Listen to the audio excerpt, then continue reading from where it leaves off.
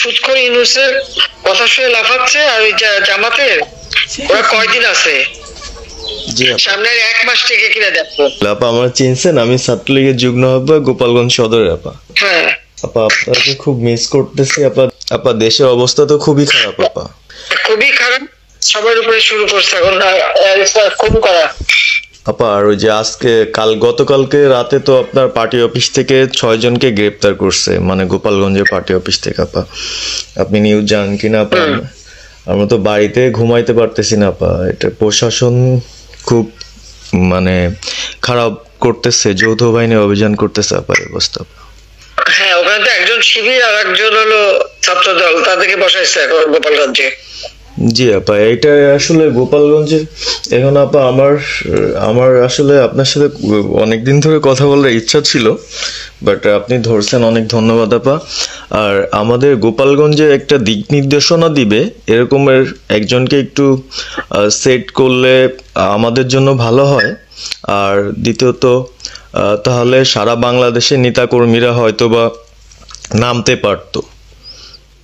হ্যাঁ, একজনের নাম বলবা, সাথে সাথে তাদের একটা মামলা দেবে এবং গ্রেপ্তার করে নেবে। ও তাহলে তো ওইটা আসলে, তাহলে তো সেটাও তো আসলে, তাহলে আমাদের কোন দিকে যে যাব আপা আসলে?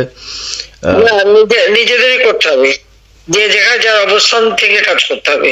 আপা আমার ইউনিয়ন হলো বুড়াশি ইউনিয়ন। এই যে আপনি যে নৌকায় করে চলতেন, মানে যে রাস্তা দিয়ে যেতেন। আমি চিনি। জি আপা। যার যার এলাকা নিয়ে শেষে কাজ করতে হবে, আর সবাইকে সাবধান করতে হবে। আর গোপালগঞ্জ যা বলছে, গোপালগঞ্জ যখন হাত দিচ্ছে, তো গোপালগঞ্জে যে হাত দেয় তার কিন্তু হাত পড়ে। জি আপা, জি আপা, জি জি। গোপালগঞ্জে হাত দিলে এটা ভালো হবে না। জি আপা। আপা আপনি ভালো আছেন তো আপা? আমি ভালো আছি, আমি ঠিক আছে। আমি যে কথা বলছি সারা বাংলাদেশে, কারণ কালকে প্রজ্ঞাপন দিছে। জি আপা।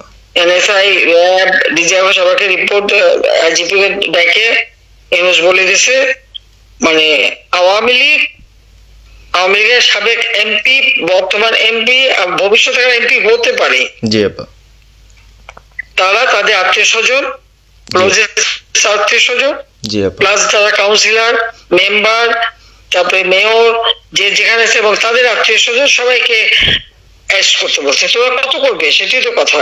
হ্যাঁ আপা, এখন আমি কালকে আমাদের ইউনিয়নের চেয়ারম্যান, আপনি চিনেন কি না জানি না, এম ননি আহমেদ ননি, উনার সঙ্গে একটা মিটিং করলাম, কথা হয়েছে অনেকক্ষণই। তো উনি দিক নির্দেশনা দিল, এবং কালকেই যাওয়ার কথা ছিল আমাদের একটা মিছিল নিয়ে, বুড়াশি ইউনিয়নের যারা ছাত্রলীগ করে কর্মী যারা আছে এদের নিয়ে আমরা একটা মিছিল নিয়ে যাওয়ার কথা ছিল। কিন্তু তার ভিতরই, মানে সন্ধ্যার পরে 7টায় প্রোগ্রামটা ছিল, তার ভিতরে নিউজ আসলো যে যৌথ বাহিনী অভিযান চলবে। তো আমরা গেলাম না। ওনারা যারা গেছিল, যাওয়ার পরে আপনার অ্যারেস্ট করলো। আর ওই যে পিছন দিয়ে যে গেটটা আছে না আপা, ওই গেট দিয়ে হয়তো বা 4-5 জন ধরেন যে চলে গেছিল বাইরে, এই অবস্থা। আর আমাদের যারা আসলে আমরা দলকে ভালোবাসি, আপনাকে ভালোবাসি, সংগঠনটাকে সুন্দরভাবে সচ্ছল রাখার চেষ্টা করতেছি, এদের খুব ডিস্টার্ব করতেছে খুবই। আপনার যেদিন জন্মদিন ছিল ওই দিন আমরা আমাদের ছোট ভাইদের দিয়ে, বঙ্গবন্ধু কলেজের ওদের দিয়ে আপনার অনুষ্ঠানটা ওরা করতেছিল, কেক কাটছিল, এর ভিতরে ওসি নিজে এসে ওদের কলার ধরলো। মানে খুব অ্যাক্টিভ যে 4-5 জন ছেলে আছে, হিমেল, তারপর বাপ্পি, রেয়াজ, সাকিব, তারপরে সাব্বির, এরা বঙ্গবন্ধু কলেজে আসলে আমি ব্যক্তিগতভাবে যতটুক না করতে পারতেছি ওরা ততটুক করতেছে। এবং আমরা একটা মশাল মিছিলও করলাম সেদিনও। আপনার আর্মি আমাদের পরবর্তীতে ওদের বাসায় যে ঝামেলা করলো, আমি একদম সামনে ছিলাম।